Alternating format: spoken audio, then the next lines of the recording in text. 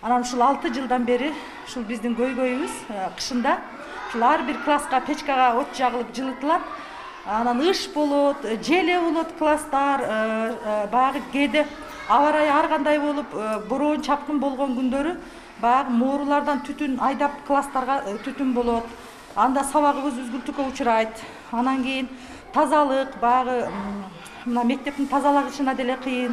Анан окуучулар менен керек болсо өзүбүз колубузга чөпүрөк алып өзүбүз кошулуп класстарды тазалайбыз. Күндүгө эртең менен келгенде мен сабакта өзүмдүн сабагым болсо сөзсүз ушул класстардын чаңдарын, ыштарын тазалоодон баштайм. Себеби азыркы айрыкча мына пандемиянын шартында бул тазалык биз үчүн эң биринчи нерсе. Анан кийин баягы от өчүп калбаш үчүн танапис убагында кирип салат. Кейде сабак учурунда кирип көмүр салганга аракет кылат. Анда дагы баягы балдарга ыңгайсыздык жаралат да. Бул мектепти биз ыш болгон үчүн эчкилерге жардам беребиз, ар жума тазалап ыштарды. Кээде чехолдорду бир жумадан биз өзүбүз алып кетебиз, өзүбүз жууп жардам беребиз. Ар немеде ыш чыгып турган үчүн тазалап турбасак, бардык жагы чаң болуп кетет да. Ошого тазалап жардам беребиз. Мындай ичинде бар шарттары бар. Ичинде ачык суу, муздак суусу бар. Мектептер калайт да бардыгы эле окуган.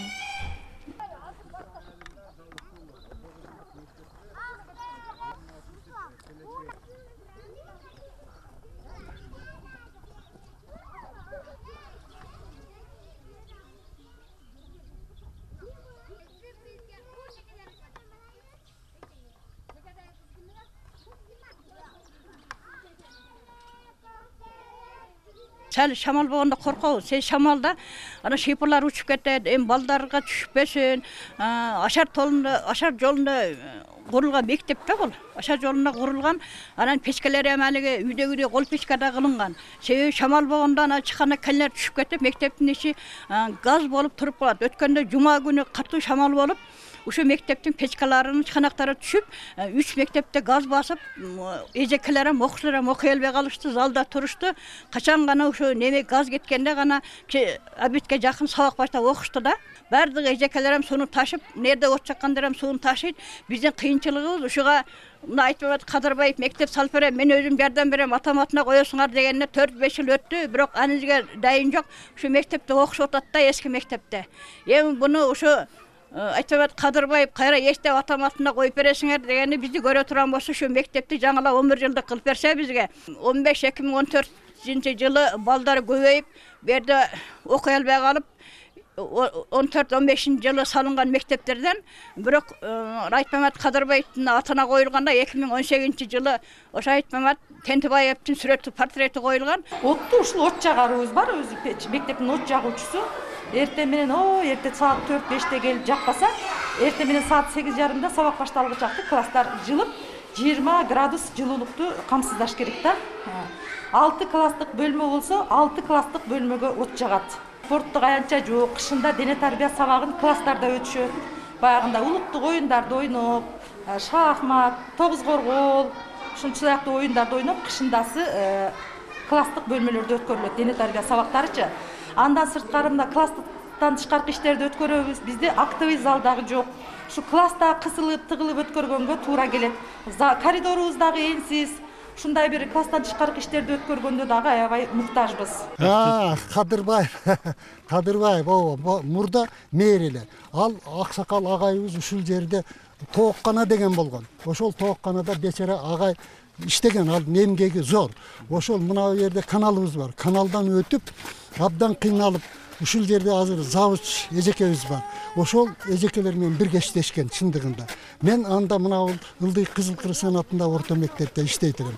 Бирок ал киши атасынын атына 2017 жылы койдуртту. Мен жардам берем деди, бирок компьютер берем деди. Бүгүнкү күнү да чындыкты айтыш керек, компьютер ham жок, баягында интерактивдүү доскасы ham жок.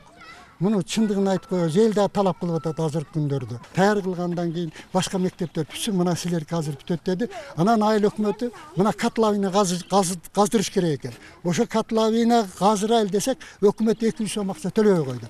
Анан мен ал жака барсам айтты, баягы строй немелер.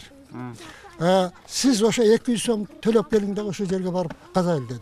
Мен ошого 1 жыл каттадым. 2018-2019 каттадым. Бирок жыйынтык чыкпай койду. Мына ошолор бардыгы билет. Эгерде апар десеңиздер, кудда ошолорго доказать этип берем. Документтер таптайыр турат. Өзүмдө да турат, аларда да турат. Чиймелеринен бери турат. Бизде өзү айыл өкмөтүбүз дотациядан турабыз. Жаңы айыл өкмөтбүз.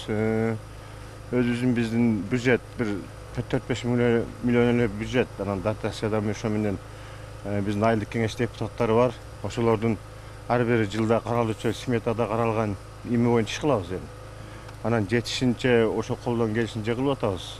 Азыр ошо мектепте ош печкеге көмүр жагылат 4 класска. Анан паровой отопление ошо эгерде жаңы мектеп түшүп калса деген ошо немеде бюджетте каралбай атат окшойт. Ошо айылдык кеңештин депутаттары менен бирге иш кылабыз. Ошо биз айылдык кеңеш депутат бюджет карап берсе, биз ошол немеден карап берген бюджеттен чыга албайбыз айыл өкмөт.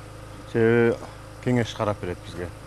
Мына мектепке мындай каралыш керек. Мына элибизде мындай кыйынчылыктар болуп атат. Ошону бюджетте карап бериңиздер деп биз ошол сунуш беребиз. Бюджеттин суммабыз болгон акчабызды октобой коебуз. Кеңештин депутаттары карайт. Азыр эми жогору жактан жооп күтөбүз. Жогору жактан жооп күтүп атабыз. Ошо мектебибизге ошо бардыгыбыз таяр кыскасы.